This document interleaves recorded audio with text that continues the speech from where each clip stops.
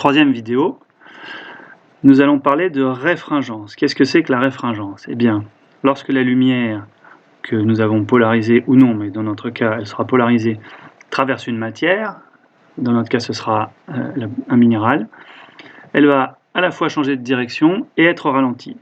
C'est ce qu'on appelle la réfringence. La réfringence peut se définir comme la capacité d'un milieu à dévier les rayons de la lumière qui sont alors réfractés. D'ailleurs, le mot réfracté vient du mot fracture. Lorsqu'on regarde une paille dans un verre d'eau, elle apparaît brisée, c'est la lumière qui est réfractée. À quoi cela est dû? Eh bien, cette réfringence, elle est due aux différences de densité entre les milieux traversés. La densité de l'air n'est pas la même que la densité du minéral. C'est lié aussi à d'autres phénomènes comme la différence de température, mais ça nous intéresse moins dans notre cas précis. Donc la réfringence, c'est un concept dont on parlera régulièrement dans ces travaux dirigés. Nous allons maintenant étudier le trajet du rayon de lumière dans le microscope depuis son émission jusqu'à ce qu'il arrive à votre œil. Nous avons donc dit qu'au départ, la lumière était polarisée à l'aide de ce polariseur qu'on place sur la source de lumière. Et dans un deuxième temps, la lumière polarisée va arriver sur l'échantillon. Dans notre cas, c'est un minéral, mais on peut, pour expliquer ce qui peut se passer, différencier deux cas de figure. Le premier cas, c'est si la lumière traverse un milieu dont les propriétés sont les mêmes dans toutes les directions de l'espace. C'est ce qu'on appelle un milieu isotrope.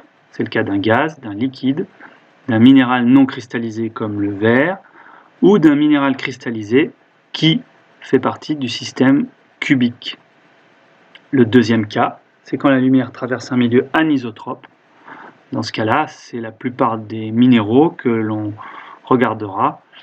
En fait, tous les minéraux qui sont cristallisés et non cubiques. Nous faisons ici un petit rappel sur les 7 systèmes cristallins. Ces systèmes cubiques, quadratiques, orthorhombiques, monocliniques, tricliniques, rhomboédriques, hexagonales correspondent à des géométries différentes et il existe certains minéraux dont il faut connaître le système cristallin. Le quartz, par exemple, son système est hexagonal, ça permet de bien le reconnaître. La calcite aussi, ça permet de bien le reconnaître, de savoir que son système, c'est celui qui est rhomboédrique. Et puis d'autres minéraux, par exemple cubiques, comme le grenat, la halite, qui est le sel, sont à connaître. Tous les systèmes ne sont pas à connaître, mais pour les principaux minéraux, ça peut être intéressant. On citera aussi les systèmes pour les amphiboles, les pyroxènes. Cela pourra avoir son intérêt. Que se passe-t-il une fois que la matière a été polarisée et a traversé le minéral? Eh bien, il peut se passer deux cas de figure. Tout d'abord, une fois cette matière traversée, la lumière se divise en deux rayons. Dans le cas où on traverse une matière isotrope, les deux rayons vont à la même vitesse, ils sont ralentis de la même façon en sortant du milieu. On dit que le milieu est monoréfringent. En quelque sorte, il réfracte et ralentit la lumière de la même façon dans toutes les directions. Au contraire, dans le cas d'un milieu anisotrope, c'est-à-dire la plupart des minéraux sur lesquels nous tomberons quand nous regarderons une lame mince, l'un des rayons sera en retard sur l'autre, il sera plus ralenti que l'autre, ce qui veut dire que la façon dont la lumière est ralentie n'est pas la même dans toutes les directions. Le milieu sera dit biréfringent.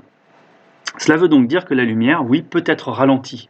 On parle souvent de la vitesse maximale de la lumière, 300 000 km par seconde environ dans le vide. Dans un autre milieu, la lumière va moins vite.